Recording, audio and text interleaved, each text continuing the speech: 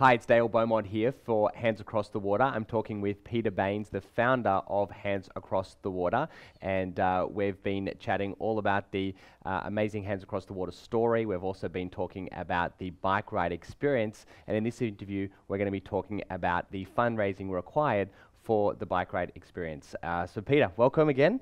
Thank you. So let's talk about the ride itself. Yep. And obviously we've been chatting before about the physical part of it, which we won't go into in this interview. But then there's the all-important fundraising component as well. Why is that so important and critical to the whole success of the experience?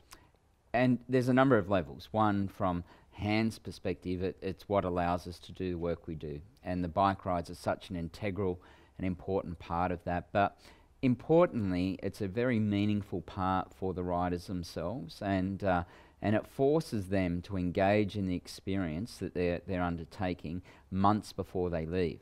And rather than thinking about it in the last week or two as they pack their bags, they're thinking about this 6 or 9 months out. And it gives them lots of opportunities to do things that they previously wouldn't have done, and allows them professional growth in speaking in front of people, holding events and doing things that, as I say, stretches them outside of their normal day. Now there's a couple of different options in terms of the ride, and most people will be raising either a minimum of 10,000 or 5,000. And why is it so important that there is that minimum funds required? Yeah, it's something that I guess it was only after the second year we said, have we got the fundraising right? And what we know is that we absolutely have. And we sold out 2 of our January bike rides in 90 minutes last year when we launched them. And everyone knows that they've got to raise $10,000. We had 16 riders who rode 1,600 kilometres, so they did 2 rides. They had to raise $20,000, and they all made it. And it's an important thing for us, because we're there to provide these meaningful experiences, but we've also got to raise the money. Totally. And tell us about how much money Hands Across the Water has raised to date, and a little about some of the ongoing costs that are required to support all of the facilities that you have now. This year, 2015, we've passed the $15 million mark that we've raised, and we've never spent a cent of donors' money on administration or fundraising, and we're pretty happy about that. Our recurrent costs are now up around 1.5 million Australian dollars per year, and in the last 12 months, we've certainly been hurt by the fall of the Australian dollar. Our costs have gone up 25%, and which makes it difficult, but makes the bike rides all that more important. Okay, now let's talk about some of the fundraising. We'll talk about some of the practical things people can do to raise the money, but I think it all starts with people's mindset and getting that right. Just explain what that's all about. I think that you're right. It is about the mindset, and what I see, I've participated in 14 bike rides now in Thailand, and I get to see people sign up. I get to see their journey, and those who don't raise the money are the ones that haven't put in the work.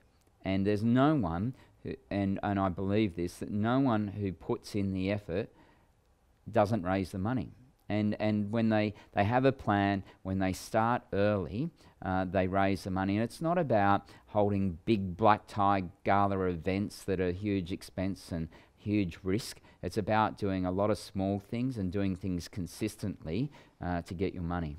And I think just saying to yourself, I only have to raise 5,000, or only have to raise $10,000, sort of changes it, because you know, if I say I've got to raise 5, I've got to say 10, it may seem like a lot of money, but if you just change your language around it, it's achievable for anybody, right? And it's no different than the riding itself. Is that people think I could never ride 800 kilometres, and we see riders who come on their first ride, because we have a big return rate of people who come on their first ride. It's through that 3/4 of the way through the ride when they think, I'm going to be able to do this. And then they come back on their second year and they have a better experience because they're relaxed, because they know they can do it. And that's the same as the fundraising. It's achievable, but you've got to put the work in, because it's not insignificant by any stretch of the imagination. but I guarantee it's achievable. And it's that saying, if you think you can, then you're right. If you think you can't, you're also right. That's right, yeah. Yeah. Okay. Now, and we've had the 16-year-old kids do this all the way up to people that are in their 60s as well. People that are business owners, people that are just working in part-time jobs. So it doesn't really matter what background you're from or where you're. It's just if you put in the effort, you can do it. Yeah, I guess my tolerance for people who say they can't raise the money is not high. And a big part of that was my daughter, Kelsey, who's ridden with us since the first ride in 2009. And in her final year at school, she wanted to raise some money, and she took on her major work project was looking at sex trafficking. And part of that, she had to write a thesis, she had to do a presentation and a practical. Her practical was to raise $3,000 because that would support 2 children who had previously been in the sex traffic industry for 12 months. Her secret goal, her ambition, which she didn't share, was to raise $4,500. Well, over that year, her final year of year 12 at school, she ended up raising $53,000. Wow. So when I have people who are in business say, I'm too busy, I don't have time, I work and all the rest, I can't raise $5,000 or I can't raise $10,000, I agree with them and say you probably can't. Yeah. Only because of their mindset. So if someone wants to raise the money, they'll raise the money. And tell us about some of the practical things that people do to raise the money. Yep. And I think that you've always told me, start early. Yes. And do lots of things, lots of little things that all kind of add up. Why are those 2 tips so important to begin with? Yeah, so starting early it gives you momentum and confidence. And it's because as the ride gets closer, it will become a burden. And it shouldn't be that. It should be an enjoyable experience. And starting early means that you can start to get some, have some wins, and you can see your total increase, and that gives you confidence. That gives you momentum, and it tells your supporters too that this is real. And I think one of the things with the fundraising is do something that appeals for you, something that you're going to enjoy, and attach fundraising to it, and something that your friends, your community, your network are going to be involved in. And so people think it might be the big dinner, and I say to them, don't, because there's risk in that, there's big expense, and you need lots of people to pay lots of money to raise money. They're hard work, the big gala dinners. That's not where it is. It can be about having a dinner at your local Thai restaurant. It can be about doing a bowls day at your local bowls club and having some beers and sausages and bringing the kids and your family along and putting an entry fee on that. Doing things like that give people a reason to have their own experience, so not just asking for money. But we've equally had people who have raised their money by sending emails out and telling the story, selling the product that we offer. We provide raffle tickets and with really good prizes. We support the riders with our big dinners, where if they can bring people along, they get credit back to them. And so there's lots of ways we support each of the riders with what we suggest are proven fundraising efforts, what's worked in the past. But the big tip, and as you said, it's doing something small, it's doing something early, doing something often, and I'd add to that and say do something that you enjoy. If you're a golfer, we'll hold a golf day, but don't hold a golf day if you and your mates don't play golf. So do something that works for you. And there's lots of great support, obviously, on the through the email newsletters that are sent out as well, through various Facebook groups. There's lots of people sharing ideas about how they're raising their funds, and you can, of course, talk to other fellow riders as well about their experience to get even more ideas. Absolutely. We've got a whole community of people who have ridden, who have raised the money, and sometimes it's just sharing some of those stories which demystifies the process for the new riders. So let's quickly run through a list, some of which you've already mentioned, but you've got days, so you could have golf days or bowls days or other things like that, have your own kind of prizes, raffle tickets, entry fees, things like that. You mentioned the dinners as well at a local Thai restaurant. How do those things work? Yeah, so the Thai restaurant meal idea is a really simple one. We've had a number of people who have done it and raised their money, and just simply you go to your local Thai restaurant and find out which is their busy nights. Ask them to put on a banquet. They can normally do that for about $30. You tell them the story, why you're doing it, what it's about, where the money's going for, and you double the price. So if you can get it for 30, you sell it for 60, invite 100 friends along, $60 for a fundraising dinner is not a lot, and straight up you've raised $3,000. So you can do a few things on there when they're there. You can have some auctions, some raffles, and things for people, because people will turn up at these fundraising dinners and they expect to contribute. They know they're going to a fundraising dinner. And the important thing is to create opportunities for people to support for things from $20 to $50 to $100.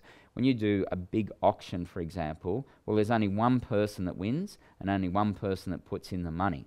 So it's about creating opportunities for people to spend the $50, and it might be buying a balloon that there's in a raffle. It might be, putting onto a board that will go towards the cost of something quite specific, one of the kids at uni, or school socks for the years, or food for the year, or something like that. Give people so they can contribute to something, they can see where their money's going, tell the story, and the money will come. And you've also got products as well that you can support people with. Tell us about some of the products and how they contribute to people's fundraising. Yeah, that's right. So Kelsey, who's riding again this year with the Young Hands ride, which is an alternate to kids heading up to schoolies. We take them to Thailand, and she's doing a fashion parade. And so we have some wonderful ladies' fashion that's made out of the Bantham Nam Chai sewing room, and it's truly a remarkable product. And so Kelsey's having a fashion parade to sell the clothes, and it's all on consignment, so she doesn't have to outlay the money, and whatever is sold, whatever money is taken that night, will go directly to her fundraising. And we have a whole range of things that can be sold. There's books as well. By the writers. There's books, there's cookbooks, there's my books, and they get all the credit for everything that's sold there. There's hand cream, there's tea towels, there's a whole range of stuff, and it allows the writers just another means of raising their funds. So they could get these at obviously a substantial discount, or sometimes even on consignment as well, and then all the money that they make, they can put directly into their ride. That's right. We don't ask the writers to put up any money to start with. It will just depend upon whether we've had a cost in obtaining the product, and depends what it is. Normally there will be some cost, but if we've got to outlay that to an external party, or all the proceeds beyond that, if it's something we've made, well, 100% of that will go to the writers. But as I say, they don't have to put up the money, they just pay for it once they've sold it. And it's all really about getting out of your comfort zone. And one of the things that I know a lot of people have said to me is that if it hadn't been for this, I never would have asked someone for money, and I always felt uncomfortable, but it's forced me to do it. And it's been amazing at how willing people were to actually support. I didn't realize there's so many people, were going to get behind me. And a big part of they can do that is because they're not asking for support for themselves, they're asking on behalf of the children. And that legitimizes that ask. And the people who, as you rightly say, haven't asked before, they now feel it's okay to ask because they're asking on behalf of the children. They say, well, if I can do that, perhaps I can bring some of this learning when they're standing up and talking about it. They can bring that into their business. It gives them the confidence to improve their business and what they do in their life outside of this ride. Now, oftentimes a lot of donors will ask, where is the money going? What do you suggest that writers do in order to prepare for that question? And I know on the website there's lots of individual stories from children and different projects. What should people say? What's important is for people first to explain that, one, it's not going to cover their costs. So that if someone's making a donation, they know that this is towards their $5,000 or $10,000 fundraising. It's not covering their costs. To tell the donors that there's none of this money will go in administration or fundraising. And then it depends upon what the ride is doing and what project we've attached. Either it might be going into new buildings at one of the sites, or it might be going into recurrent funding. It might be a specific project. So it depends which ride people are doing as to where the funds will go. Okay, and if people want to find out more about fundraising ideas, any other suggestions?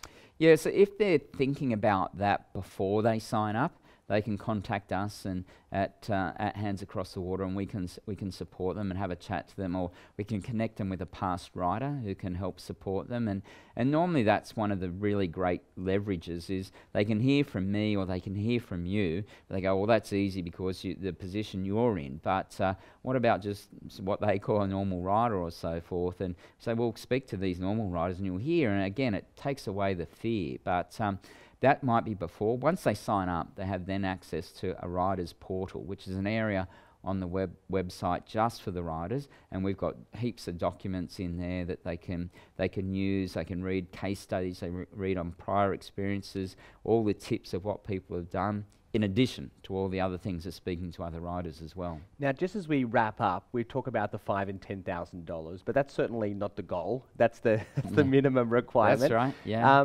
You mentioned your daughter raising over $50,000. Yeah. And someone as a school age person is amazing, but there are people that go way beyond, right? And they do it all the time. It's no real big deal. It's certainly don't stop there. Keep going.